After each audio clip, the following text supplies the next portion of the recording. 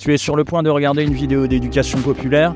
Si elle te plaît, n'hésite pas à t'abonner à EducPop. N'hésite pas non plus à la commenter et à la liker. Oublie pas non plus que l'on a un Tipeee si tu veux nous faire un petit don. Bon visionnage.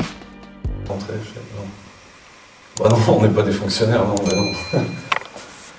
Oui. Non, mais c'est juste que là, bon, bah, ça commence à faire tard et quelqu'un veut. Ouais. Ouais, bon, d'accord, ouais, Ouais, d'accord. Mais il faut qu'on on en parle demain, là? Non, mais t'es sûr, on en parle demain? Ok. Ok, salut. Bonne soirée.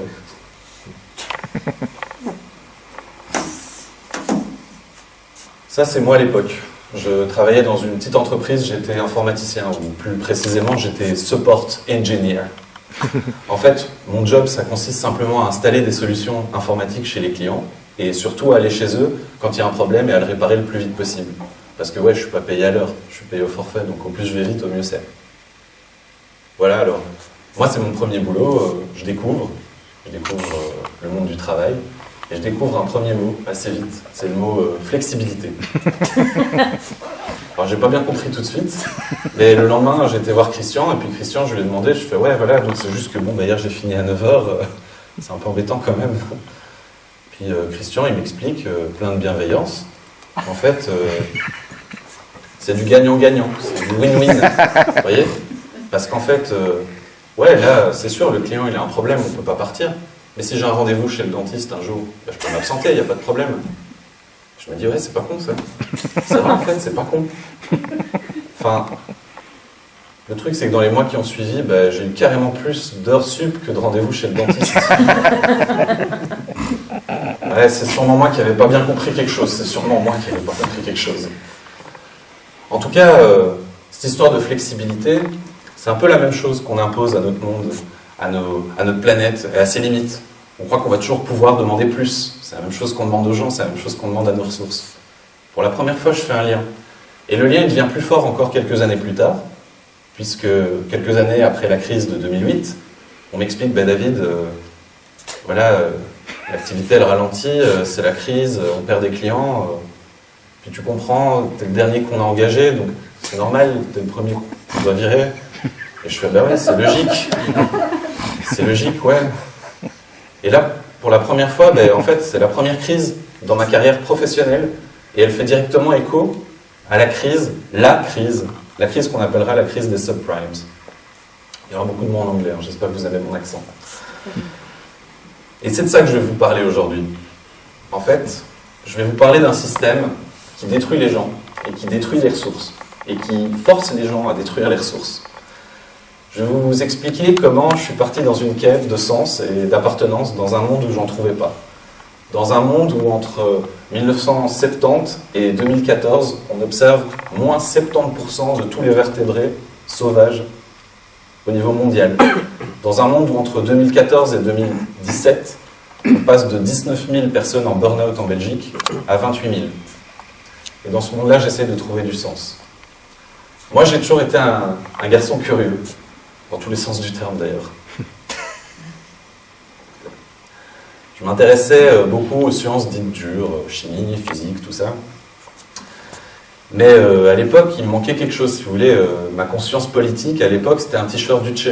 Et encore, je crois que c'était un chanteur de Rage Against the Machine, à bien réfléchir. Enfin voilà, depuis, il y a des choses qui ont changé.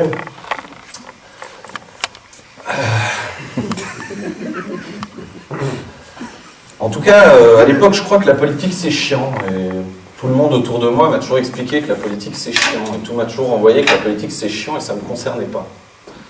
Jusqu'au jour où je tombe sur un petit mouvement, 3 fois rien, vous en avez peut-être entendu parler, ça s'appelle les Indignés. En fait, les Indignés, ça venait d'un monsieur qui s'appelle Stéphane Hessel, qui nous a quittés depuis, qui a écrit un petit manifeste qui s'appelle « Indignez-vous ». Et monsieur Hessel, ce qu'il nous invite à faire, c'est à nous informer, à nous indigner, à ne pas considérer que tout ce qui arrive est légitime. Et il nous rappelle qu'on est légitime là-dedans, dans ce mouvement-là, dans ce processus.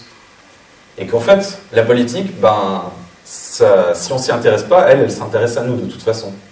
Et moi, j'ai bien envie de le croire, ce monsieur. Je ne sais pas pourquoi, mais aux côtés d'autres, ben, le message, il a bien percolé à ce moment-là. Et là, ça va être le début d'une nouvelle découverte, des nouvelles sciences, les sciences sociales.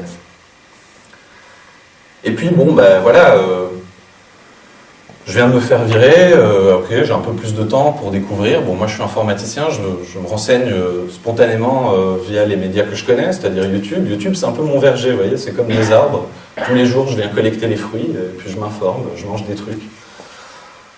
En tout cas, je reste pas au chômage bien longtemps, parce que même si on m'a viré parce que c'est la crise, en fait, il y a un monsieur qui m'appelle, son métier c'est chasseur de tête, headhunter. Le mec, il est dans les fourrés, là, il cherche des profils. Son boulot, c'est de ramener des gens dont le profil correspond à ce que ses clients cherchent. Venez, venez, vous n'hésitez pas. Installez-vous, installez-vous. Bonsoir. Ça, c'est son boulot, le mec. Et le mec, il me susurre des mots doux au téléphone, il me dit « Ouais, votre profil, c'est super, venez, on doit vous offrir une bouteille de champagne. » En tout cas, il fait bien son job, puisque je finis par postuler dans une nouvelle entreprise. Cette nouvelle entreprise, c'est à Bruxelles. Là, je monte d'un cran, vous voyez, j'en ai plein les yeux. J'arrive là-bas, c'est des beaux bâtiments, tout neufs, avec des vitres. Tout le monde est en costard. On me promet une formation, une belle formation. Tu verras, tu iras en Israël ou en Angleterre au pire, mais... Et puis on travaille à l'international, puisqu'on a une filière en Hollande. Ça, je me dis, ça rendrait mon père fier. Quand j'avais fait IT, il s'était dit, IT informatique, il s'était dit, ouais, mon fils, il va travailler chez Google, quoi. Et donc là, enfin, j'accède à l'international, quoi. Seulement, voilà, comme je vous ai dit, c'est mes premiers pas dans le monde du travail, même si c'est mon deuxième boulot, je continue à découvrir. Et je découvre des trucs assez vite. Par exemple, Michel. Michel, je suis engagé un mercredi. Michel, il travaille à 4 mètres de moi, dans un bureau juste là derrière. Michel, ça fait 20 ans qu'il travaille là. Et Michel, le vendredi du mercredi où je suis engagé, il est viré du jour au lendemain. En fait, au début, je ne fais pas le lien. Et puis, avec le temps, je finis par comprendre. La branche de l'entreprise dans laquelle je travaille, on a tout un tas de contrats historiques avec des gros acteurs, des banques, la SNCB, etc. Et ces contrats, ils sont en train d'arriver à terme. Dans 1 an ou 2, on les aura perdus. Seulement, voilà, Michel, il coûte cher, il est vieux, son salaire, il est monté avec le temps, et un petit jeune, il faut moins le payer. Alors ouais, c'est sûr, un jeune, c'est moins compétent, enfin, je veux dire, j'ai pas toute l'expérience, mais au fond, si le client se plaint, qu'est-ce que ça change? Le contrat, il est bientôt fini. Et ça, je le comprends assez vite. Je découvre autre chose aussi, dans cette boîte de 80 personnes. Je découvre le management. Ah ben ouais, jusqu'ici, moi je travaillais dans une boîte, il y avait plus d'associés que d'employés. Donc quand je vous ai dit que j'avais un rendez-vous avec Christian, en fait je travaillais chez Christian, dans une aile de sa maison. Ben là, c'est plus vraiment comme ça. Alors le management, c'est le début d'une idylle. Hein. Alors le management, le truc, c'est qu'il écrit des lettres d'amour un petit peu spéciales. Ils appellent ça des performance reviews, des PR. Alors je vais vous expliquer comment ça se passe la première performance review. En fait, j'ai rendez-vous avec mon N+1, mon team manager, et il m'affiche un tableau, un petit papier. On s'assied tous les deux à la table. Manu, puisqu'il s'appelait Manu, est toujours très sérieux pendant les réunions, pendant les performance reviews. Et il m'explique, il me montre ce tableau, qui me dit qu'en gros, c'est quoi être un employé parfait. Alors je dois être autonome, je dois être efficace, je dois être rapide, souriant, ponctuel, blablabli, blablabla. Et ce truc-là, il veut me le faire signer. Il me dit, voilà, tu t'engages à faire ça. Je dis, ouais, mais ça a l'air quand même. Mais c'était pas vraiment une question. Donc je l'ai signé, moi, le truc. Ça, c'était la première lettre. La lettre du petit employé parfait. Alors ça, c'est le début. Mais après, on y reviendra à ce machin. Parce qu'en fait, chaque fois, il va s'y référer pour me dire, il faut faire plus. Tu te rappelles, tu t'es engagé à faire tout parfaitement. Il faudra faire plus. C'est comme ça que ça marche, cette histoire d'évaluation. Alors, ce qui est terrible dans les performance reviews, c'est des évaluations. On n'évalue pas tes savoir-faire. On évalue tes savoir-être. On évalue tes compétences. En fait, tu peux être compétent ou pas compétent. C'est quelque chose que tu es. Tu peux avoir une qualification, mais en fait, quand on évalue ta compétence, on évalue qui tu es, tes savoir-être. Et c'est ça qui est terrible. Tu dois être ponctuel, tu dois être efficace, tu dois être organisé. On t'évalue toi, et ça c'est destructeur. On n'évalue pas des gens pour ce qu'ils sont. On peut évaluer leur travail éventuellement. Et moi, cette histoire de toujours plus, Ben, quelques temps plus tard, ça fait écho, parce que je découvre une vidéo, ça s'appelle « Sans lendemain ». C'est un petit truc que vous pouvez trouver sur YouTube, ça dure 25 minutes. Bon, alors par contre, je vous le dis tout de suite, regardez pas ça un jour où ça va pas. Vous gardez ça pour un jour où tout va bien, ok. Il y a la version anglaise, There's No Tomorrow, ou la version en français, Sans lendemain. Et moi, ça va me faire écho, cette histoire de toujours plus, puisqu'il développe un concept intéressant que j'avais déjà entendu dans 1000 discours, dans peut-être tous les discours politiques jusqu'ici, que j'ai essayé de ne pas écouter, parce que je vous rappelle que je trouvais ça chiant. C'est la croissance. Alors, je vais vous expliquer la croissance en quelques mots. Mais avant de vous expliquer la croissance, on va faire un petit jeu. Je vais vous expliquer ce qu'est le PIB. Le PIB, c'est le produit intérieur brut. C'est l'indicateur qu'on a choisi pour évaluer la performance économique d'un pays. Si on additionne le PIB de tous les pays, on a le PIB mondial. PIB ou PIB. Alors, attention, vous allez voir, c'est subtil. On va prendre 2-3 exemples. Disons qu'à midi, je vais prendre un sandwich, je vais prendre un thon mayonnaise à la boulangerie du coin. D'après vous, est-ce que je fais monter le PIB? Est-ce qu'il y en a qui pensent que oui? Oui. Oui. Est-ce qu'il y en a qui pensent que non? Est-ce qu'il y en a qui ne pensent pas? On ne saura pas. Eh bien oui, c'était facile, effectivement, la boulangerie, elle va marquer ça dans sa comptabilité, ça va faire monter son chiffre, et à la fin, ben voilà, ça va se retrouver dans la comptabilité, on va dire, de la Belgique. Ok, deuxième exemple, celui-ci est un peu facile. Disons que je prends des vacances en Espagne, je fais un tour opérateur ici en Belgique, et puis je vais dépenser mes petits sous à Torremolinos, disons. D'après vous, est-ce que je fais monter le PIB? Oui. Est-ce qu'il y en a qui pensent que je ne fais pas monter le PIB? Tout à fait. Donc là, effectivement, je vais faire monter le PIB de la Belgique du tour opérateur, et puis je vais faire monter le PIB de l'Espagne, puisque je vais dépenser mes sous là-bas. On sent bien que c'est l'échange commercial qui affecte ce machin. Ok, je sens que là, pour l'instant, les exemples ils sont trop faciles pour vous. Troisième exemple, je suis en bagnole pour le boulot, et puis je suis un peu pressé, je fais pas gaffe, je fais un petit dérapage et je m'encastre dans un arbre. D'après vous, est-ce que je fais monter le PIB? Oui. Ah bon? Vous trouvez que ça fait monter le PIB, vous, un accident? Eh bien oui, la réponse c'est oui, en effet, puisqu'il va falloir appeler l'assureur, le dépanneur, le mécano, donc un accident, ben, ça fait monter le PIB. Donc si un jour il y a un taré qui arrive avec un programme politique pour relancer la croissance à base d'accidents, théoriquement il a raison. Ok. Quatrième exemple dans ce cas-là. Imaginons il y a un tanker qui vient s'échouer le long des côtes à Ostende et il ravage tout l'écosystème. Est-ce que ça fait monter le PIB? Oui. Ouais. C'est pas beau ça? Alors là on sent qu'il y a quelque chose d'un peu étrange quand même. Hein. Là on commence à le sentir. Il y a un truc un petit peu étrange. On se dit mais il a tout ravagé le mec, c'est bien. Alors là il y a un petit tour de magie. Nouveau mot, externalité. Alors voilà, tout ce qui ne rentre pas dans le système, tout ce qui ne crée pas de la valeur, tout ce qui est un problème, par exemple on délocalise, je perds mon boulot, je me suicide, ça c'est une externalité. Je bousille tout l'écosystème marin, c'est une externalité. Alors évidemment, si on met de côté tout ce qui ne va pas, on pourrait croire qu'avec la croissance vient la prospérité. Mais pour moi, ça ne marche plus, ça. Bizarrement, j'y crois plus à ce machin, cette histoire de croissance, d'autant moins dans un monde où les ressources sont finies. Vous avez sûrement entendu cette petite phrase rigolote que toute personne qui croit à la croissance infinie dans un monde aux ressources finies est soit un fou, soit un économiste. Voilà. Et c'est assez juste.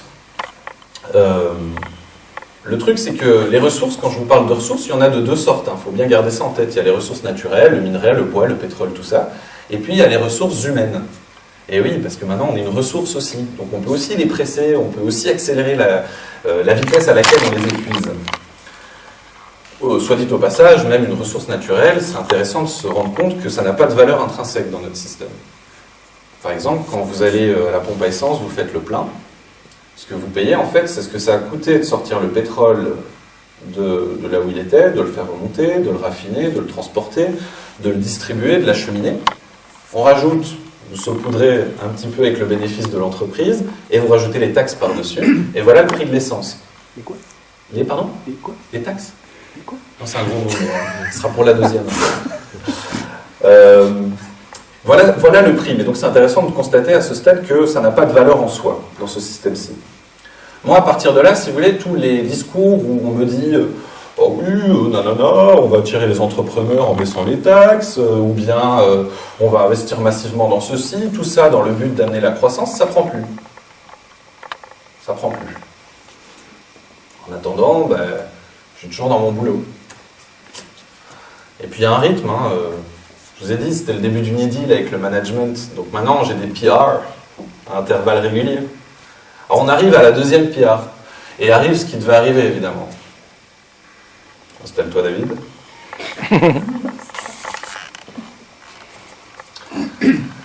Alors voilà les chiffres. J'ai l'impression d'être un interrogatoire, vous voyez, mauvais flic, bon flic, mais ils avaient oublié le bon flic. Il me dit voilà tes chiffres. Alors mes chiffres c'était quoi? Je devais encoder moi-même les heures que je faisais dans un système d'autosurveillance tout à fait génial. Il me montre ça, il me dit voilà, on a un petit problème, oui t'es ponctuel, oui t'es souriant, oui t'es agréable, mais tu n'es pas autonome, tu passes trop de temps à appeler tes collègues. Et je dis oui mais en fait si tu veux Manu, le problème c'est qu'on m'avait promis une formation quand je suis arrivé et puis bah, je ne l'ai toujours pas en fait parce que, pardon, une formation? Oh, je sais pas, c'est pas moi qui t'ai engagé. Je dis pardon, oui non c'était pas toi, c'est vrai, c'était le N+2. Mais on m'avait promis Israël, tout ça. Écoute, David,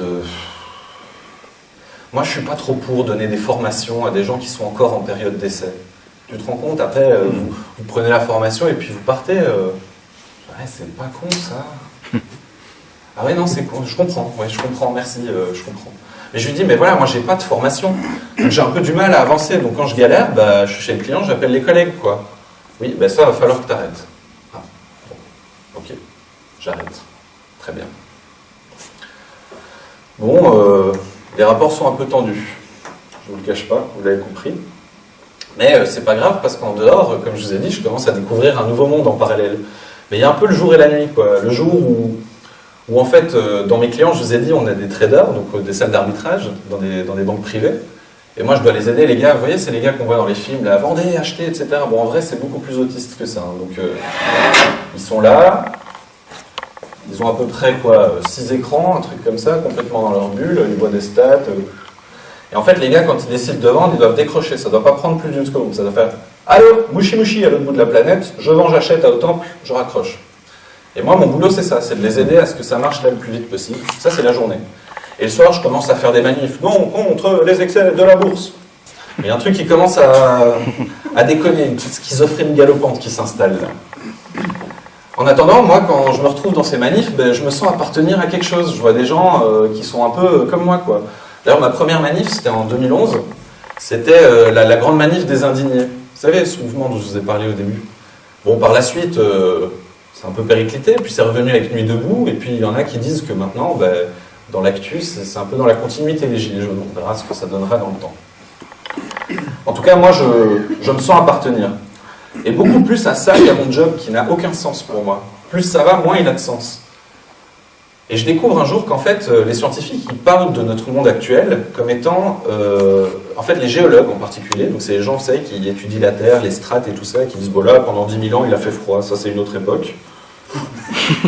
Ou bien là, il y avait d'autres trucs, des dinosaures, c'est une autre époque.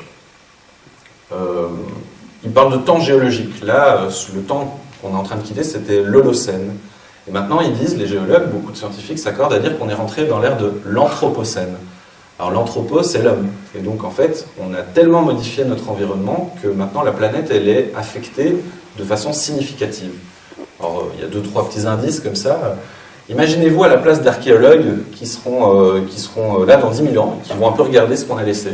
Ils vont trouver des traces d'isotopes radioactifs qu'on n'a jamais vues, des traces de plastique qui n'existaient pas. Ils vont trouver des paysages, peut-être des ruines, des trucs... parce que, ouais, c'est clair, on a changé complètement les paysages avec l'agriculture, les villes et tout ça. Et puis, imaginez-vous les naturalistes du futur, quoi. Ils vont se dire, en gros, sur cette planète, donc il y avait des humains, des chiens, des chats, des cochons, des vaches, des moutons. Et le reste, ouais, vite fait, quoi. Donc c'est ça, l'Anthropocène. Alors, je vous dis l'Anthropocène, mais il y a déjà des voix qui s'élèvent pour nous dire que c'est pas vraiment l'humain en tant que tel qui a changé ce monde. C'est plutôt la façon dont il est organisé. Et la façon dont il est organisé, c'est le capitalisme, pour être précis. C'est pour ça qu'on devrait parler de capitalocène, ce qui était dans le titre de la conf.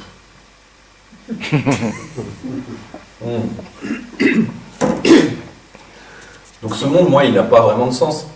D'autant plus que tout ce travail que j'exécute jour après jour, Il ne répond pas aux grands enjeux. Pareil, dans la revue Science, en 2005, les scientifiques ont fait une étude qui nous explique qu'en fait, c'est une méta-étude, il y a 9 limites planétaires. C'est des limites qu'il ne faut pas franchir. Vous, par exemple, vous avez des limites à titre personnel, il ne faut pas, je sais pas moi, frapper vos enfants ou insulter vos parents. Ben, la planète, elle a des limites tout pareil. C'est des trucs qu'il ne faut pas dépasser, parce que sinon, ça sent mauvais. Et ils en ont identifié 9. Parmi ces 9-là, il y en a 3 qu'on n'est pas vraiment en mesure de déterminer, de mesurer pour l'instant en tout cas. Il y en a 2 qui sont OK. Il y en a 2 qui sont dans le range, c'est-à-dire increasing risk, des risques grandissants, parmi lesquels on retrouve le climat, dont on nous parle beaucoup. Mais il y en a encore 2 autres qui sont déjà dans le risque, c'est dans le rouge, pardon. High risk, c'est l'érosion de la biodiversité et l'appauvrissement des terres. Ça, c'est terrible. Pour l'érosion de la biodiversité, je suis sûr que vous avez dû le remarquer, vous qui êtes dans la salle, quand vous preniez la voiture pour prendre la route pour des longs chemins, avant vous aviez les pare-brises complètement incrustés de petits insectes volants. Ça, c'est fini maintenant. Je vous ai parlé de la statistique avec les vertébrés. Bon, le but, c'est pas de vous déprimer, mais des statistiques déprimantes, il y en a vraiment beaucoup au regard de la biodiversité. En tout cas, tout ça, pour moi, c'est des limites qu'il ne faudrait pas franchir, et c'est même plus que ça. C'est à ça qu'on devrait tous travailler. C'est pour ça que mon boulot, il n'a pas de sens pour moi.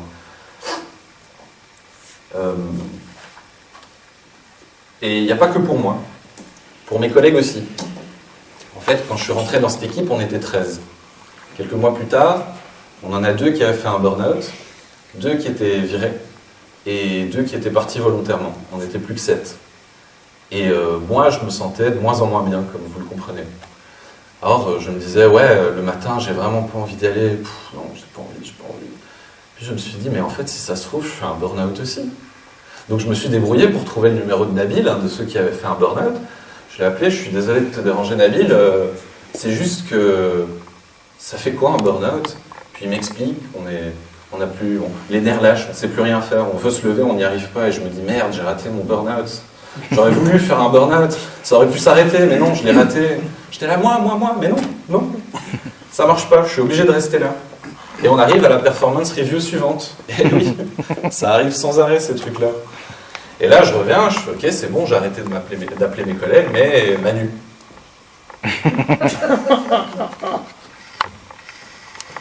Installe-toi. Écoute, David, ça ne va pas, sans surprise. Oui, alors effectivement, tu n'appelles plus tes collègues, mais tu prends beaucoup trop de temps. Oui, alors à ce sujet, comme en fait je ne peux plus appeler mes collègues et que j'ai toujours pas reçu ma formation, ben je galère un peu en fait, simplement. Donc ouais, l'autre jour, tu m'as dit bienvenue dans l'entreprise parce que ça fait 6 mois que je suis là, mais je voulais un peu savoir pour la formation. Écoute David, ça fait 6 mois que tu es dans l'entreprise, désormais on estime que tu es compétent. Et là, je me rends compte que là, ça commence à déconner grave. C'est pas moi, il y a vraiment un truc qui déconne ici en interne. Donc, je comprends que ma formation, je l'aurai pas. Et je comprends que ce truc, c'est un piège à compte, simplement. Je continue à me renseigner en parallèle et à voir à quel point il y a le décalage entre ce que je vis au quotidien et ce que je comprends du monde qui m'entoure. Et je voudrais vous parler, en fait, maintenant d'une façon de considérer le monde qui m'entoure. En fait, toutes ces considérations de mes limites, mais surtout des limites de la planète, ça fait pas 10 ans qu'on en parle, ça fait pas 20 ans, ça fait bien 40 ans qu'on en parle en fait. Il y a, dans les années 70, début des années 70, il y a un consortium d'industriels, donc c'est pas les gauchos du coin, hein, qui ont mandaté un professeur, le professeur Meadows et sa femme, pour pondre un rapport sur le monde dans lequel on vit et les limites de notre fonctionnement général. Il va pondre en 1972 un rapport qui s'appelle Limits to the Growth, donc les limites de la croissance. Je pense que le titre il donne déjà bien le ton. Si je vous en parle, c'est parce que ce qu'il va faire lui, c'est essayer de modéliser notre système, la Terre, comme un système général.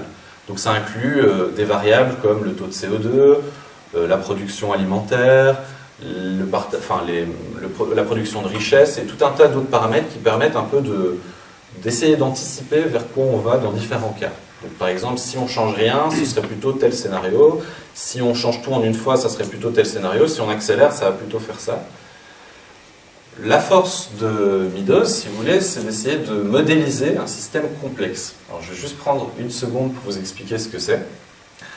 Dans le langage courant, on dit compliqué et complexe pour dire la même chose, mais en fait, ça veut dire des choses assez distinctes.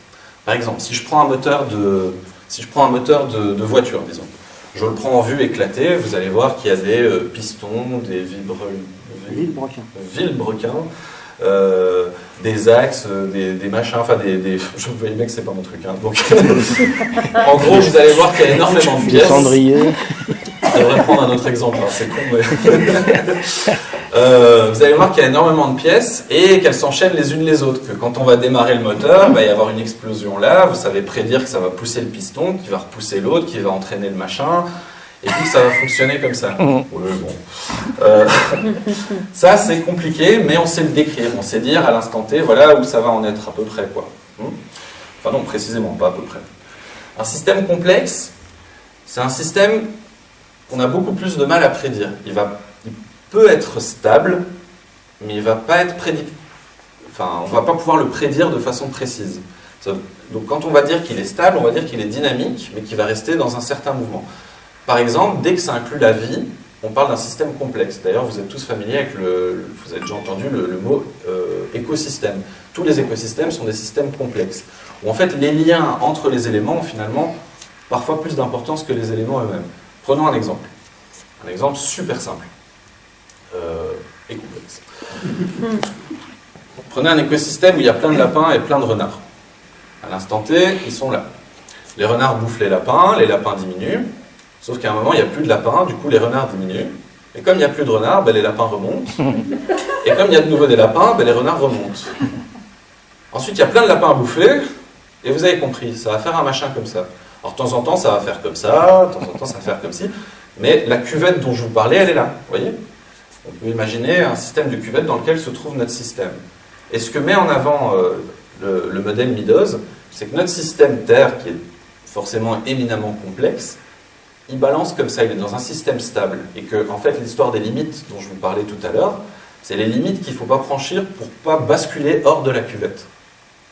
C'est bizarre dit comme ça. Bon, après, les modèles, ça vaut ce que ça vaut. Lui, il a pu commencer à faire ça parce que dans ces années-là, c'est l'essor de l'informatique aussi, il a pu modéliser des choses qu'on ne pouvait pas faire précédemment. La vraie force de son truc à lui, de son rapport et de son modèle à lui, c'est que 30 ans plus tard, en 2002, des scientifiques se sont amusés à reprendre ces prédictions et à comparer aux courbes qu'on a observées, qu'on a pu mesurer depuis. Et ça colle super bien. Ce qui n'est pas très engageant parce que pour la suite, ça se casse la gueule au bout d'un moment. Il y en a qui vont parler d'effondrement à ce moment-là. Ça, j'ai découvert ça par la suite. En tout cas, que ça s'effondre ou pas, ici, il y a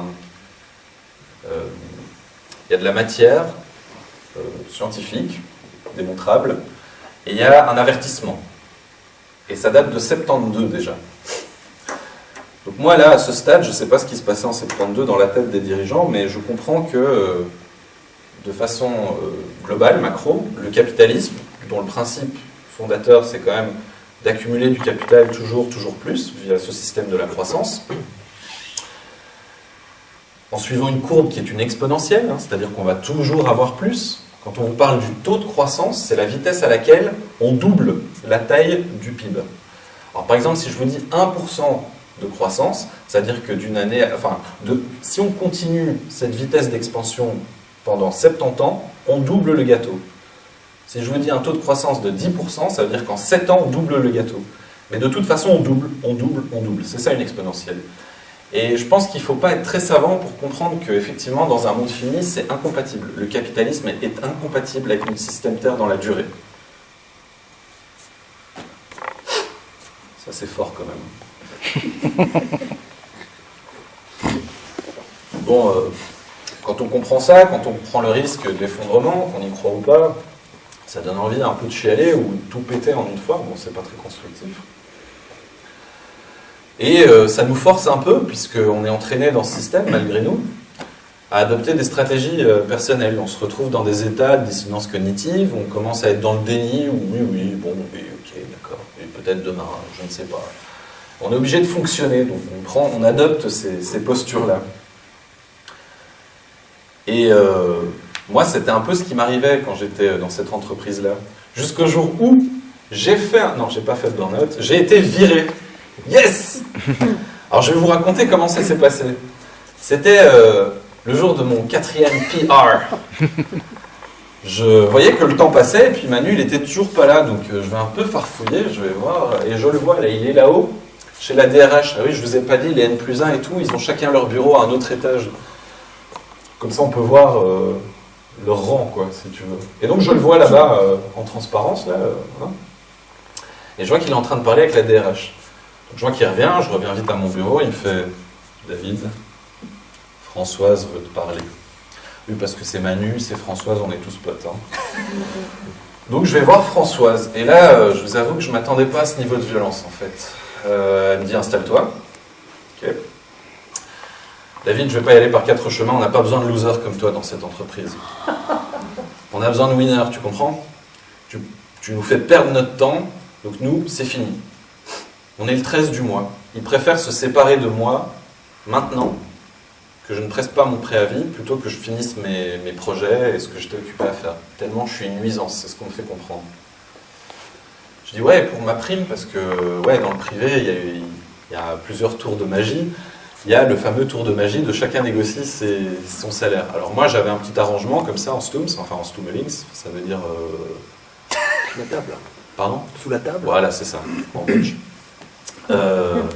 Où j'avais une petite prime que je pouvais dépenser en matos, vous voyez, tous les mois. Mais elle m'a fait vite comprendre que ça la faisait chier de me voir tous les mois, donc je laissais le truc s'accumuler. Quand je lui ai demandé ma prime, elle n'existait plus. Bon, j'ai juste eu le temps de poser une deuxième question avant de lui rendre mon badge, les clés de ma bagnole, mon téléphone de fonction et tout ça. Ah oui, parenthèse, n'acceptez jamais un téléphone de fonction, c'est un piège à con, cette merde. J'étais de garde toutes les 3 semaines. Toutes les 3 semaines, je dormais pas. C'est aussi simple que ça. Bref, je lui rends le tout. Et je lui pose juste une dernière question. Je fais, au fait, qu'est-ce que vous allez mettre sur le C4, en fait ? Parce que, du coup... ça t'intéresse, hein, c'est pour ton chômage. Mais ouais, on va mettre restructuration. Allez. Ils viens l'accompagner. Et je me fais escorter dans l'entreprise. Il y a quelqu'un qui me colle au basque. Je suis là avec mon petit carton, comme dans les films. Je dois reprendre mes affaires. Et je dois repartir. Donc l'aventure, elle s'arrête là. J'aurai pas de 5e PR, plus de lettres d'amour du management. Excusez-moi, c'est l'émotion. Bref, je suis de retour au chômage. Et avec tout ce que je viens de vous expliquer, la croissance, le capitalisme et tout, j'ai bien pris conscience d'un problème qui est la surconsommation et qui va de pair avec la surproduction. Et le chômage, si on est très positif, c'est une diète forcée à la surconsommation. Alors moi, je réinvente mes modes de vie. Ça ne m'a pas empêché de manger bio. Hein. Pour ceux qui me disent que le bio, c'est pour les bobos qui ont des thunes, j'ai vécu au chômage 3 ans. Ça ne m'a pas empêché. Cela dit, je suis quand même en quête de sens. Et je me dis, bon, maintenant, qu'est-ce que je vais faire j'ai l'impression que ça va toujours être un peu la même chose, quoi. Jusqu'au jour où je vois, alors là, c'est marrant, le hasard des choses fait que c'était à 100 mètres d'ici, une formation d'éco-conseiller à l'Institut éco-conseiller qui se trouve ici, juste à côté. Vous allez voir que les coïncidences ne s'arrêtent pas là. C'est une formation de généraliste en environnement, c'est ouvert aux chômeurs. Yes, je suis chômeur. Et en fait, moi, à cette époque-là, je faisais plein de conférences, j'allais en voir, je faisais les manifs, je regardais des débats, je me renseignais et tout. Et là, c'est comme si j'avais une carte UGC Limited pour avoir des abonnements, enfin, pas des abonnements, mais pour avoir des conférences tous les jours. Là. Je suis en illimité, quoi. Pendant 5 mois, je vais découvrir plein de thématiques. Je vais découvrir la gestion de l'eau, des déchets, l'éducation relative à l'environnement, enfin, plein de trucs. Puis aussi, je vais découvrir plein d'autres gens qui, comme moi, se questionnent et sont souvent en réorientation aussi. Je vais même avoir une copine et plein de nouveaux copains. Ça, c'est vraiment super. On va même à un moment faire un petit groupe de travail et on va nous donner un thème qui va être les nouvelles formes d'économie. Bon, alors là, je vous ai dit, le politique, c'était chiant, mais alors l'économie, bon, quoi. Et là, je découvre que l'économie, c'est absolument pas chiant. En fait, si on reprend la racine, économie, c'est oikos nomos, la gestion de la maison. Et c'est super rigolo parce que c'est les deux faces d'une même pièce avec l'écologie. C'est la même racine, oikos, mais logos cette fois. Donc le discours sur la maison. En fait, je comprends que l'économie, c'est pas la gestion de l'argent, ça c'est de la compta. C'est pas non plus le fait d'essayer de générer de l'argent avec de l'argent, ça c'est de la finance. L'économie, en fait, c'est la gestion de ressources limitées dans un processus concerté, quoi. Alors évidemment, il y a des liens avec la politique. Et vu que la politique, maintenant c'est plus chiant, l'économie, soudain, ça ne l'est plus non plus. Ah, ça c'est une période géniale. Mais vous voyez, il y a tout un tas de concepts qui commencent à s'entrechoquer. Et j'en découvre un qui me permet d'un peu commencer à faire un lien entre ces différents concepts. Vous l'avez peut-être déjà entendu, peut-être pour vous c'est un oxymore. Alors un oxymore, c'est quand on met deux mots qui n'ont rien à voir ensemble, genre une sombre clarté. C'est le développement durable. Alors pour beaucoup d'entre vous, peut-être dans la salle, peut-être ceux qui viennent de rire, c'est un oxymore. Le développement durable. Alors je vais vous le présenter comme on le présente d'habitude. Un beau diagramme de Venn. Alors ici on va mettre tout ce qui est, on va dire, environnemental. Hein. Ici, on va mettre des préoccupations économiques. Et là, qu'est-ce qu'il nous reste? Le social. Voilà. On vous le présente comme ça. Et évidemment, le but du jeu, c'est de colorier ici et de ne pas dépasser. Ça, c'est comme ça qu'on le présente. Alors là, comme ça, c'est bien.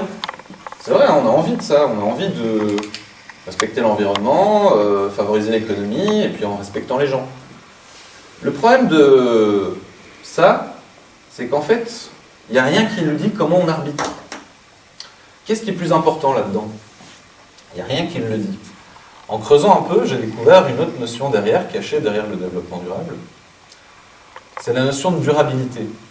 Alors, il y en a de deux types, la forte ou la faible. Alors, regardez ce que ça donne. Si on fait le dessin comme ça, maintenant, on peut décider qui englobe qui. Voilà. Disons, non, on va le mettre en rouge parce que c'est mauvais. Disons qu'on décide que c'est l'économie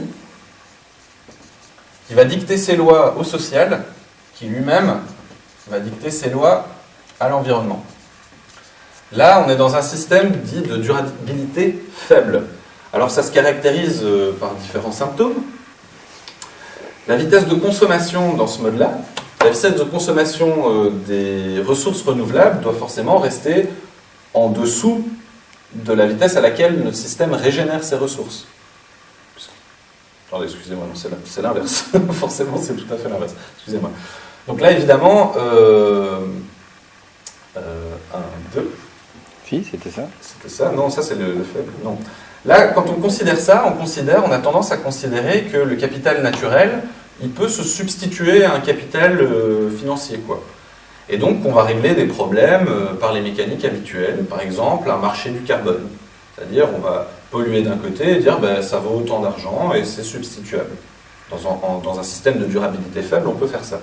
Par contre, si on le met dans l'autre sens, si on décide, et moi ça me semble plus logique, que les lois qui s'imposent à nous sont d'abord les lois de la nature, parce que vous pouvez changer la mentalité des gens ou l'économie dans laquelle ils se meuvent. Quand un typhon arrive, ils s'en foutent. Qu'ensuite vous décidez que c'est les gens qui doivent s'épanouir là-dedans, et qu'au final c'est bien les gens qui doivent décider de ce qu'est l'économie, qui n'est donc pas une science dure qui tombe du ciel, mais bien une science sociale. À ce moment-là, on peut peut-être envisager une durabilité plus forte.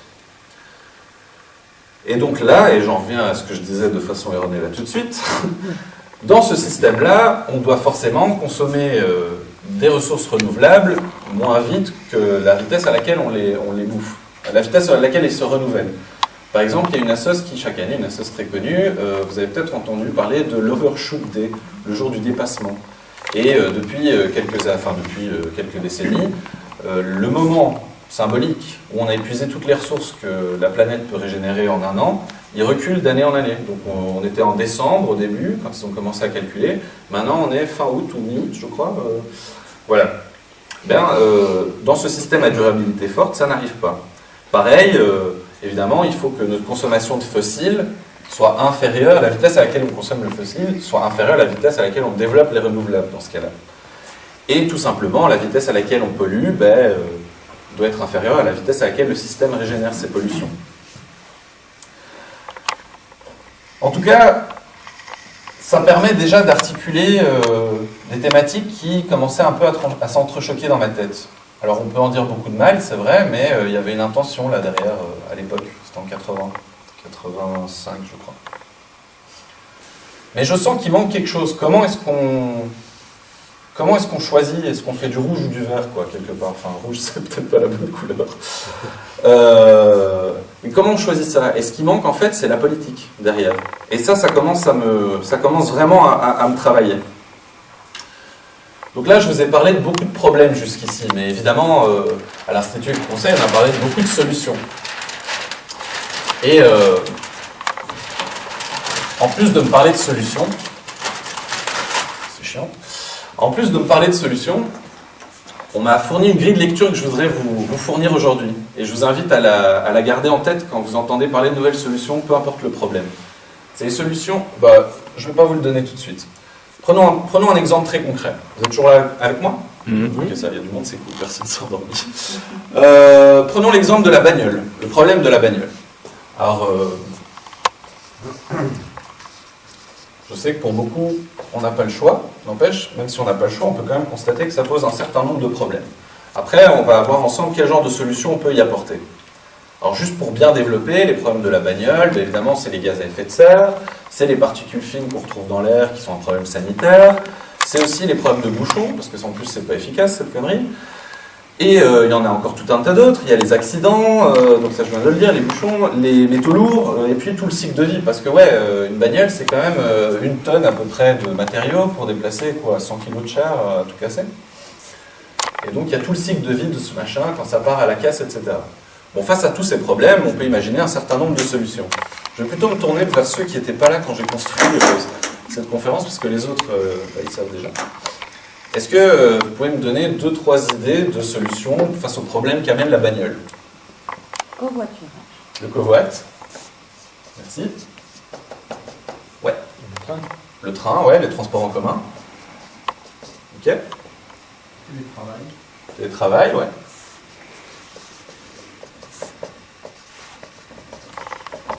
Je n'hésite pas à l'envie de rappeler que c'est du home working. Autre chose? Le vélo. Le vélo, ouais, merci.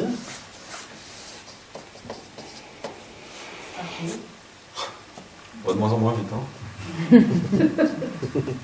Oui? Autre chose? Personne ne veut élargir le ring? Ouais. Alors, je ne vais pas le mettre, c'est vrai que c'est pas vraiment une solution. Très bien. Pourquoi pas? Alors voilà la grille de lecture. Il y a des solutions qui s'attaquent aux causes et il y a des solutions qui s'attaquent aux conséquences. On aurait pu dire, et on me l'a dit pendant que je l'avais déjà donné une autre fois, éventuellement des catalyseurs. Ou éventuellement des taux de CO2, on va dire une efficacité énergétique supérieure.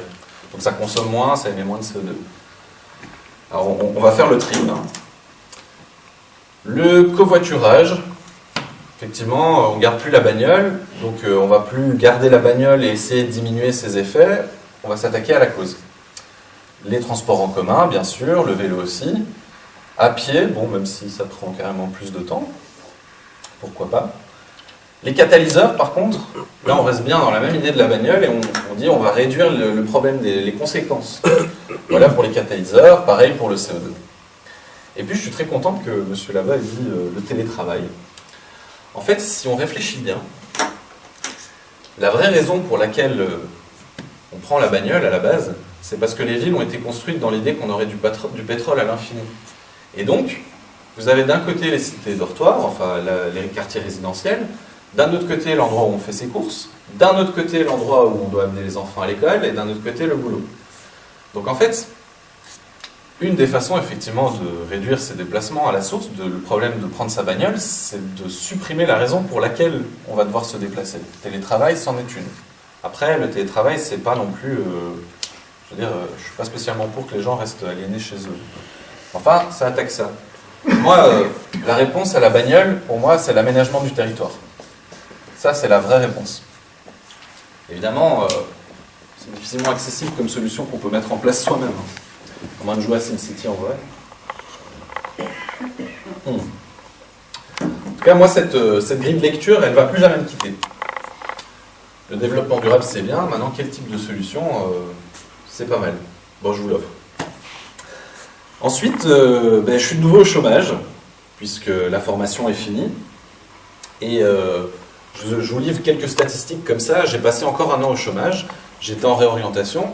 Alors, je vous rappelle que j'étais en plein suicide professionnel, puisque je partais de l'informatique pour m'orienter vers l'environnement.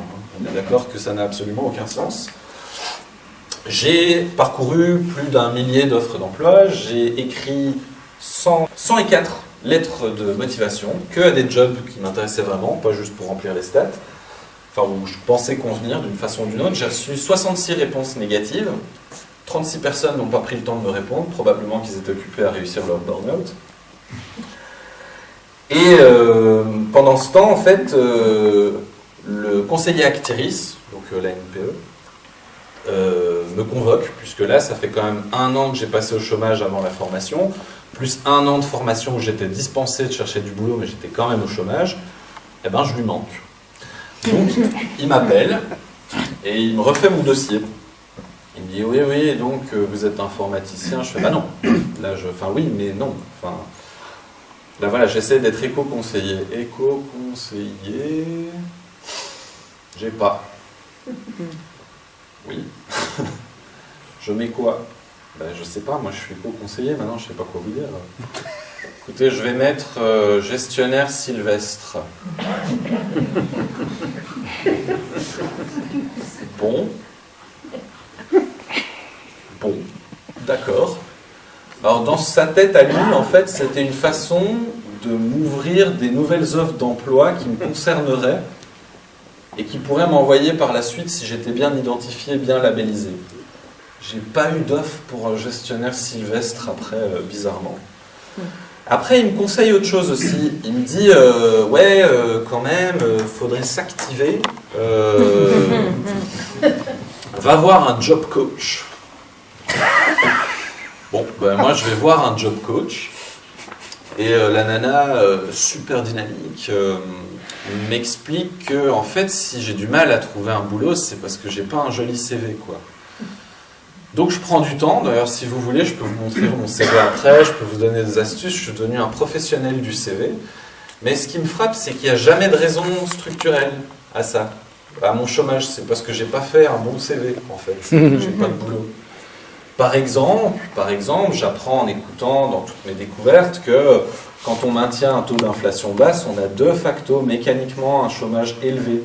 Et que ça nous arrange bien d'avoir un chômage élevé, parce que bon, oui, on peut faire du psychodrame à la télé, mais surtout, on a un tas de gens qui sont prêts à accepter n'importe quel genre de job, puisque c'est la galère. Et pire, enfin mieux, ceux qui en ont un, eux, ils sont prêts à tout, parce qu'ils savent qu'il y a une armée de morphales derrière qui veut bien prendre leur job à eux. Mais ça, on n'en parle pas. En 2016, le PTB, bon, je sais qu'il y en a qui vont estimer que c'est pas fiable, nous sort une statistique. Pour un job, il y a 16 demandeurs d'emploi. Alors disons que le PTB c'est pas fiable, disons qu'ils aient menti, disons qu'ils aient beaucoup menti, disons que c'est la moitié. Disons que pour une personne qui trouve un job, il y en a 7 qui n'en trouveront de toute façon pas. Et ça, sans parler même du fait que les jobs, ils correspondent peut-être même pas du tout avec les profils. Hein. Ben ça, on n'en parle pas. En attendant, j'ai un joli CV. Ah oui, je vous ai pas dit, il y a des instances qui... Enfin voilà, peut-être vous ne le savez pas, la Banque Centrale Européenne, donc on a un truc qui s'appelle la Troïka là-haut, c'est le FMI, le Fonds Monétaire International, la Banque Mondiale et la Banque Centrale Européenne, voilà, donc tous les cerveaux, hein, ils ont dans leur statut, la Banque Centrale, de garder un taux d'inflation bas, c'est dans leur mission, c'est dans leur statut, c'est officiel, vous pouvez aller le lire. Donc là c'est quand même intriguant à partir du moment où on se rend compte de ça. Enfin... moi, en attendant, j'ai quand même pas de job, donc je continue à écrire mes lettres, je continue à postuler, à pas avoir de réponse, et je continue à me former. Un peu plus tard, je fais un petit stage à la CTB, donc la Coopération Technique Belge. c'est notre institution fédérale qui s'occupe de tout ce qui est relations Nord-Sud, aide au développement, etc. Et là, je vais découvrir une nouvelle grille de lecture encore. Et je vous la propose parce que j'ai pu un peu retracer des choses dans lesquelles je me suis impliqué. Cette grille de lecture, elle nous permet d'un peu trier, faire le tri sur les types de réponses collectives qu'on peut donner à un problème. Le type d'initiative, comment est-ce qu'on peut les catégoriser? Eux, ce qu'ils proposent, c'est de catégoriser le rapport au pouvoir. Et classer ça en 3 catégories. Avec, contre et sans. Et je me rends compte, j'ai déjà fait un peu de tout ça. Un peu avant l'Institut Éco-Conseil, j'étais dans une initiative en transition. Vous avez sûrement entendu parler de ça. Eux, ils sont pour un changement positif. Ok. En fait, eux, leur truc, c'est pas d'aller voir la commune pour demander des sous parce qu'on a besoin d'un local pour faire ci ou ça. C'est pas non plus d'aller saboter des machins. Eux, leur truc, c'est de dire, bon, ben, on va faire notre truc dans notre coin. On va lancer... alors, ça peut être tout petit, hein. Ils peuvent, je sais pas, ça dépend des gens qui sont motivés sur le lieu en question. Ils peuvent coudre des petits boudins pour isoler les dessous des portes, pour améliorer l'isolation des bâtiments. Mais ils peuvent aller jusqu'à créer une monnaie citoyenne à l'échelle d'une ville éventuellement. Donc eux, leur truc, c'est d'être sans le pouvoir. Moi, j'ai participé à ça pendant un temps. Et je vais vous expliquer après pourquoi j'ai arrêté. On peut être aussi avec le pouvoir. Et donc là, en fait, l'idée, c'est de dire, bon, ben, je vais essayer de modifier les choses de l'intérieur. Je vais intégrer cette structure pour essayer de l'orienter vers quelque chose de mieux. Et bien sûr, on peut être contre. Et j'ai été contre aussi. Là-dedans, vous retrouvez par exemple, toutes les actions de désobéissance civile. C'est quand on dit à un moment, ok, c'est pas légal, mais je m'en fous, j'arrête. J'ai participé à ça une fois, c'était génial. C'était à l'époque de la COP 21. Vous savez, cette grande messe climatique qui nous a été vendue comme un grand succès, où tous les États se sont engagés à signer un papier qui ne les engageait à rien du tout. Eh bien, à cette époque-là, il faut savoir qu'à la table des négociations, il y a tout un tas de personnes très importantes, des lobbies bien sûr, et il y a un tas de gens, dans le monde associatif, dans la société civile en général, qui estiment que c'est pas normal qu'on mette à la table des négociations des banques. Et des paradis fiscaux, c'est quand même une industrie qui a investi massivement dans le fossile, et on se demande qu'est-ce qu'ils foutent là en fait. Et à l'appel d'une assoce française qui s'appelle Attaque, il va y avoir un appel à aller piquer symboliquement des chaises, les fameuses chaises qui représentent le fait qu'eux siègent à la table des négociations, dans les banques. Et moi je vais faire ça, je vais faire partie du collectif des faucheurs de chaises.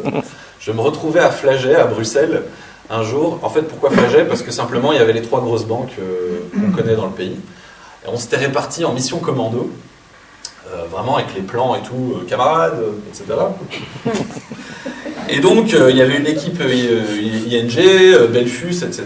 Et il y avait une équipe qui était au centre de la place, qui créait un paradis fiscal avec un message du style « Les eaux vont monter jusqu'aux paradis fiscaux, voilà, on voit les palmiers avec l'eau qui monte et les barils de pétrole ».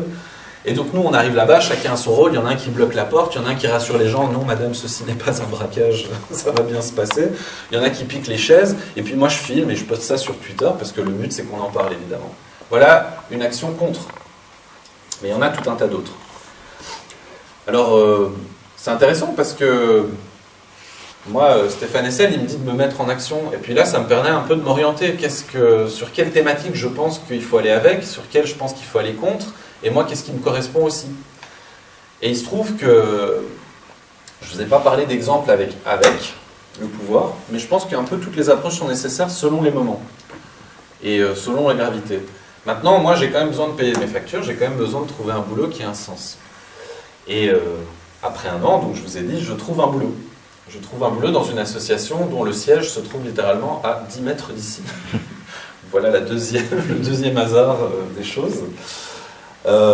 Et eux, vraiment, leur rapport au pouvoir, c'est avec, clairement. Alors, je vais pas spécialement la nommer, parce que je vois pas vraiment l'intérêt. Je vais vous expliquer ce qu'on fait. Je vais vous expliquer ce que je fais dans cette association. Nous, notre objet, c'est la protection de la biodiversité en Wallonie et à Bruxelles. On a différents axes d'action. Par exemple, on va trouver des terrains à haute valeur biologique et on va les racheter et les gérer. Alors je sais, c'est bizarre, je vais vous expliquer. Pour maintenir un niveau de biodiversité le plus élevé possible. Ou pour maintenir plutôt une certaine biodiversité. Parce que moi, avant d'arriver dans cette assoce, je pensais que quand tu fous la paix à un terrain, ça devient une forêt et banco, quoi. C'est bon, on a réussi. Mais en fait, non, c'est pas aussi simple. C'était le cas a priori avant qu'il y ait des hommes, c'est-à-dire qu'effectivement si tu fous la paix à la terre, ça crée une forêt, un bosquet, etc. Et puis ça va devenir ce qu'on appelle une forêt primaire, comme on a en Amazonie, ou comme il nous en reste une dans les pays de l'Est, en Europe. Et là effectivement on a un niveau, une richesse là vraiment très élevée en termes de diversité d'espèces. Mais ici dans un pays super fragmenté comme la Belgique, c'est hors de question. Il y a des petits espaces, ceci, cela, et il se trouve qu'en fait il y a des milieux qu'on appelle ouverts ou semi-ouverts, qui contiennent une biodiversité bien plus riche et bien plus intéressante. Alors vous allez me dire, mais comment ça se fait qu'on a ce genre de milieu? Parce que si on fout la paix au champ, a priori, on ne devrait avoir que des forêts ou des routes. Et ce qui se passe, c'est que ça, c'est lié à notre agriculture. Je vous fais une petite encartade là-dessus, parce que j'ai trouvé ça vraiment intéressant quand je l'ai découvert. En fait, notre agriculture, dans le temps, on avait des gars qui partaient avec leur pâture, et qui les baladaient dans des régions plus ou moins accessibles. Et le passage de ces pâtures à intervalles réguliers, ça faisait qu'en fait, elles marchaient sur certaines plantes, elles en broutaient d'autres, elles réenrichissaient avec leurs excréments, je ne trouve plus le nom. Et c'est ça qui a créé ces milieux au fur et à mesure, qui a créé des espèces indigènes, et qui a fait qu'on ait des espaces aussi riches. Voilà ce que fait Natagora en gros, et voilà, je l'ai nommé. J'étais sûr, j'en étais certain. Voilà ce qu'on fait. Ça, c'est un des axes d'action. Évidemment, on a tout un axe sur l'éducation, on a tout un axe sur les campagnes aussi de communication, et on a une petite cellule militante qui s'est créée il y a 2 ans et qui peine un petit peu à passer à l'action, parce que c'est pas vraiment dans ce qu'on appelle la culture d'entreprise. Ça me fait mal, moi, de dire que c'est une entreprise, mais il paraît que c'est le cas. Je fais une petite pause ici, parce qu'on n'a pas prévu assez d'eau.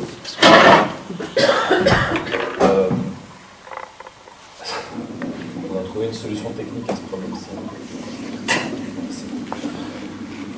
C'est l'entracte. Mais juste pour moi. Moi, quand j'arrive là-bas... déjà, je suis engagé, pour moi, c'est fou, quoi. Je veux dire, après 1 an de conversion, tout ce que j'ai traversé, j'ai enfin un boulot qui a du sens. Bon, après 3 mois, je me rends compte qu'il faut arrêter d'être idéaliste une fois pour toutes. Déjà, moi, je pensais, j'aime bien les diagrammes de Venn, je pensais qu'en fait, dans les environnementalistes, on trouvait une partie qui était les naturalistes. Ok ? Et assez vite, je déchante. Une fois, ça va dans l'autre sens.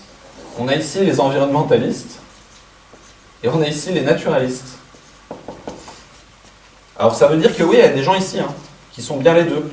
Mais moi, je les distingue. Si vous voulez, les naturalistes, c'est des gens qui sont passionnés de nature. Et c'est vraiment une passion tout à fait respectable. Ils aiment bien aller dans la nature. On va trouver des ornithos, des gens qui sont fans de chauves-souris, des chiroptérologues. Des gens qui sont fans de... je sais pas moi, batraciens, reptiles, des herpétologues, tout un tas de gens tout à fait passionnés. Mais alors c'est dingue parce que je vois qu'ils ne sont pas spécialement très mobilisables sur les grands défis. Ils ne sont pas spécialement dans les mêmes modes de déplacement, d'alimentation, les trucs que je vois autour de moi auxquels je me suis habitué. Moi je pensais que je tombais là, quoi. Je tombe plus ou moins là, à la limite. Alors je dis pas qu'ils sont tous comme ça, il y en a, mais... juste pour vous dire, tout est par d'autres. Je ne suis pas au bout du chemin pour autant. Et puis, je découvre aussi, surtout, que la position du « avec le pouvoir », c'est vraiment institué, quoi. Alors, il ne faut pas cracher dessus. C'est-à-dire, si on ne redistribue pas l'argent public dans des projets, on ne sait pas gérer ses réserves, on ne sait pas faire un tas de trucs qu'on fait. Et je pense qu'il faut les faire. Mais de temps en temps, il faut quand même taper du poing et dire « non, ça suffit, quoi. La chasse, l'agriculture, ça ne va pas comme il faut, par exemple. » Et il y a un autre truc qui revient tout le temps dans mon histoire, c'est les burn-out. Moi je pensais que quand il y avait des gens passionnés, qu'il n'y avait plus de management, il n'y avait plus de burn-out. Mais en fait non, ça arrive aussi. Donc ça, j'ai pas encore fini, je suis encore en train de me questionner là-dessus. Moi, parallèlement à ça, vous avez compris, là je suis parti, je m'intéresse à 1000 trucs, en particulier la politique. Et puis je me rends compte à un moment qu'il y a un décalage entre l'écologie mainstream, celle avec laquelle on nous bassine, et puis l'analyse politique que moi, j'ai du monde, quoi. Alors, je vais vous montrer ça avec un petit tableau.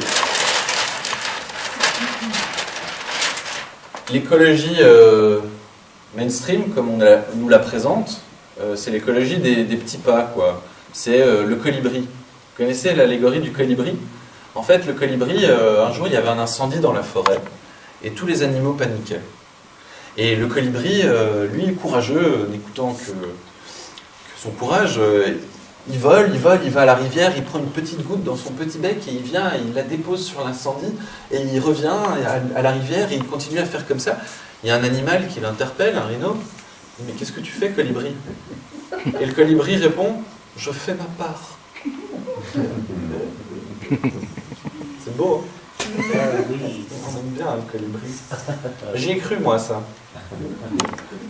J'y ai cru. Alors, comprenez-moi bien, hein, je pense que c'est important de faire des petits pas. Je vais vous donner quelques exemples de petits pas. Moi, voilà, ça c'est une petite grille que je me suis fait personnellement pour un peu, on va dire, résumer tout ce qu'on nous raconte. Donc, en termes de consommation, on va essayer de manger, enfin, de s'alimenter. Alimentation. On va essayer de manger bio, local, de saison, moins carné.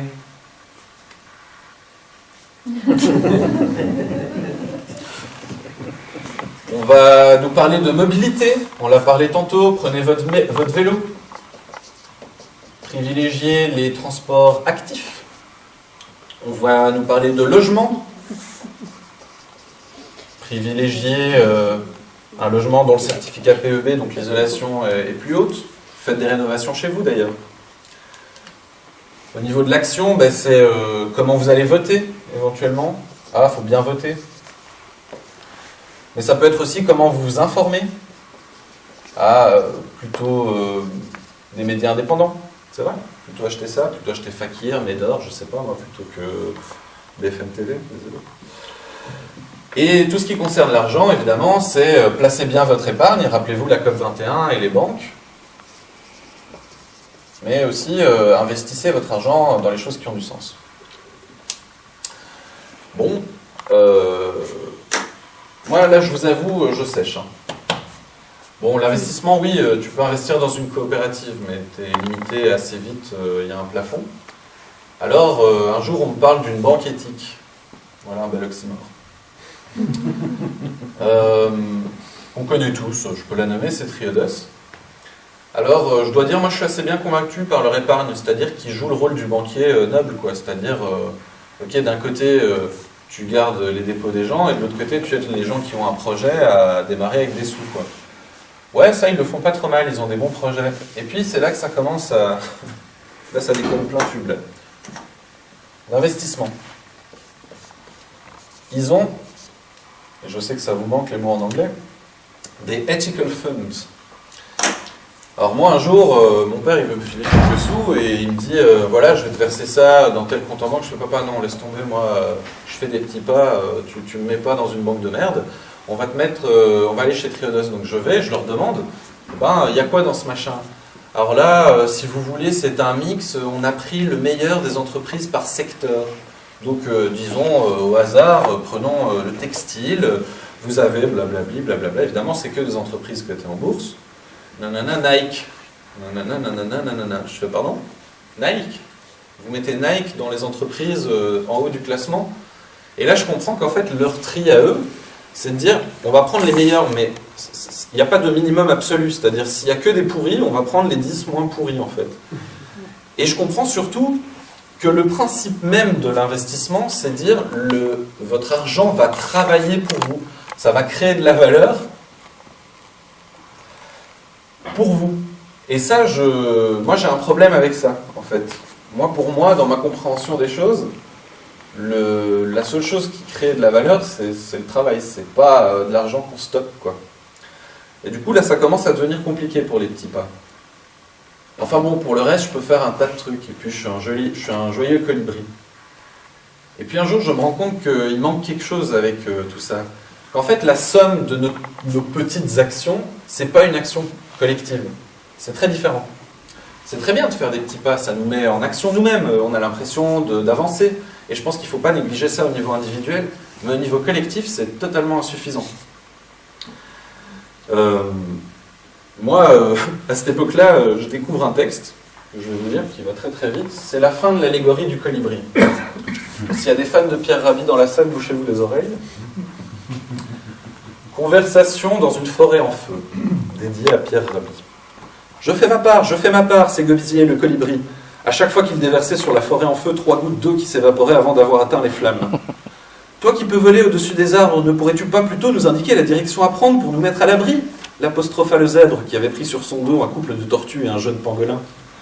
Ce serait toujours plus utile que de faire l'imbécile en te prenant pour un canadair, grommela le loup, qui lui-même transportait une famille de crapauds et un vieux lapin malade, tout en s'efforçant de calmer la panique qui s'emparait des animaux.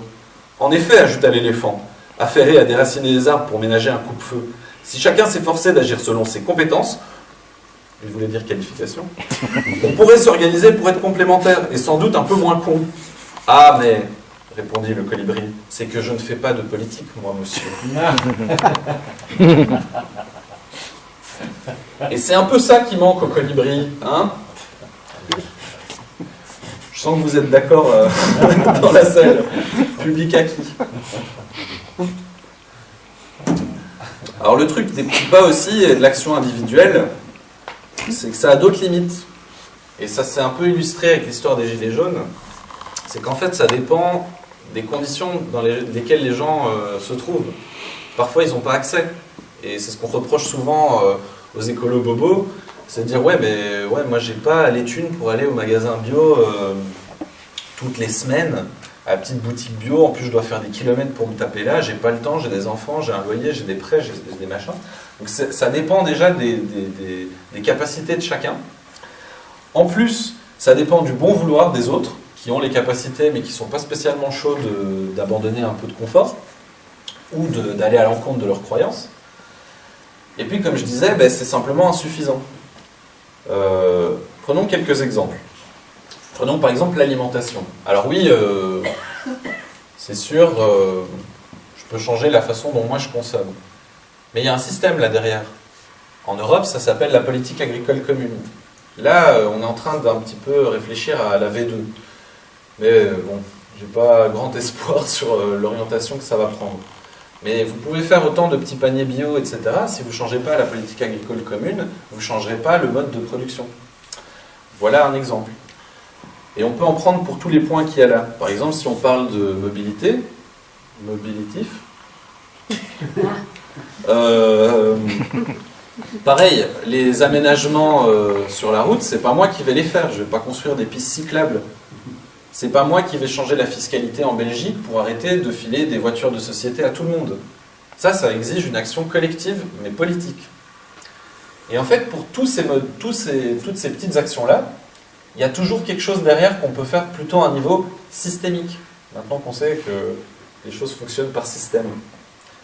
Mais on peut repenser tout un tas de trucs qui ne rentrent pas là. Par exemple, je sais pas moi, repenser à ce qu'est la valeur, repenser à ce qu'est la gratuité, peut-être à la publicité, à son utilité.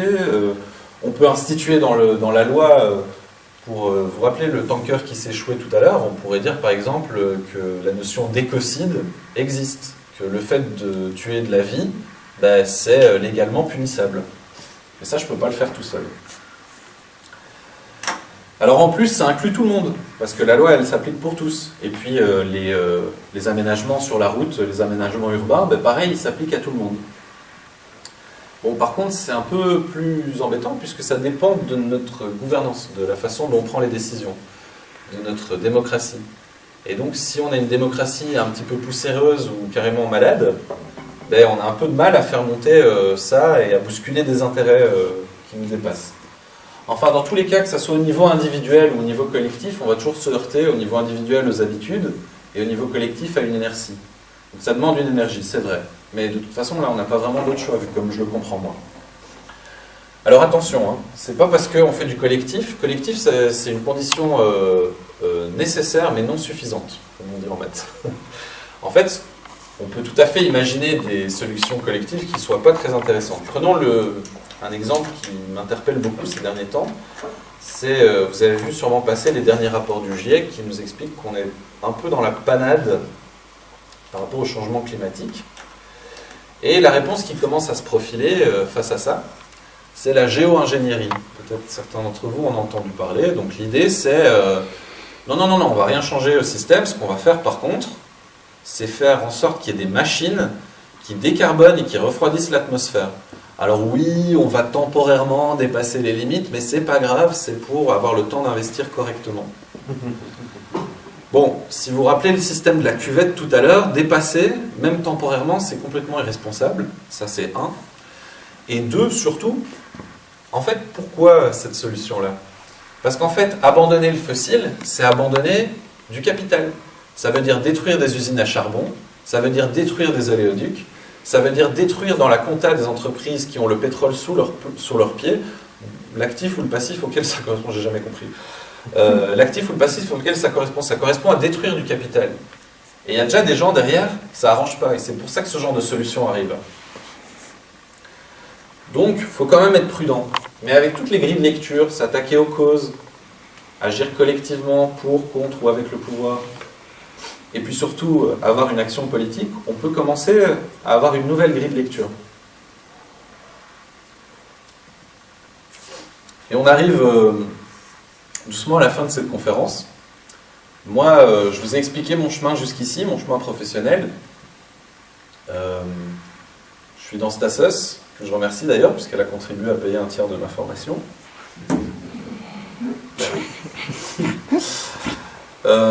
Mais pour autant, je ne suis pas au bout du chemin, je me pose souvent des questions, on a des avis qui diffèrent souvent, c'est aussi ça la démocratie, mais voilà, j'envisage peut-être, je ne sais pas, quelles sont les autres voies, peut-être devenir délégué syndical, je ne sais pas encore. Mais il y a un tas d'autres questions qui vont se présenter à moi dans le futur. Est-ce que je veux devenir parent dans un monde comme celui-ci ? Est-ce que je veux devenir proprio et passer par un système d'investissement auquel on m'oblige ? Parce que ça, je ne sais pas si vous le savez, mais le système actuel nous incite, puisqu'on n'a pas envie d'investir dans les banques, et que le Belge a une brique dans le ventre, comme on dit, à investir plutôt dans l'immobilier. Mais ça impose de faire un prêt auprès d'un organisme privé. Sauf peut-être le fonds du logement auquel il y a une file interminable. Et donc tu es obligé de nourrir les intérêts privés, mais pas de panique, l'État vole à la rescousse et te rembourse, en termes de déduction fiscale, une partie de cet intérêt.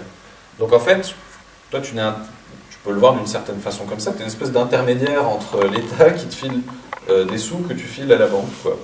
Et même si tu n'as pas envie de participer à ça, comment tu fais pour devenir proprio autrement ? Ah oui, au fait, je ne vous ai pas raconté comment ça s'est fini avec le management, et je me suis fait virer, tout ça. En fait, on m'escorte, j'arrive dehors, je suis escorté, Paris, et on arrive, il m'avait appelé un taxi, je suis là avec mon carton, puis on arrive, le taxi ouvre la porte, et je vais rentrer dedans, et là, je la vois qui commence à s'agiter. David, ça ne te dérange pas si c'est toi qui payes parce que j'ai...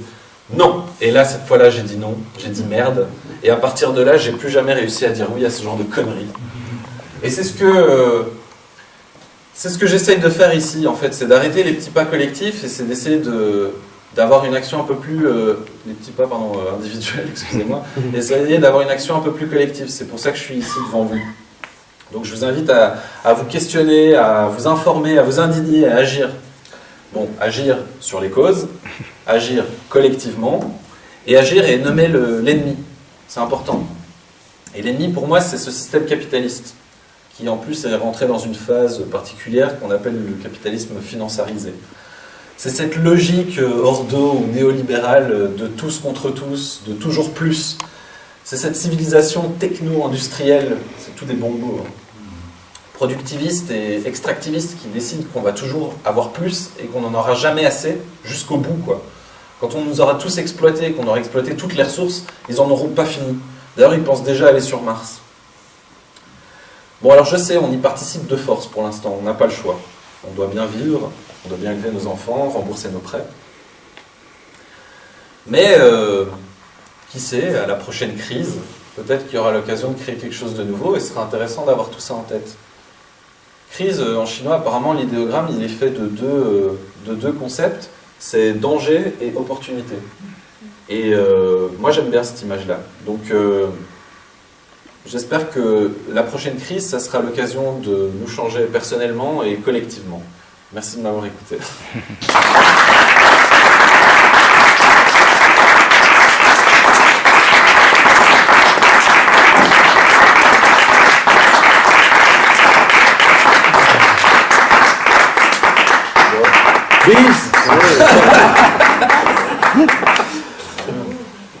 Vous ai-je déjà parlé de notre seigneur Marx? Non.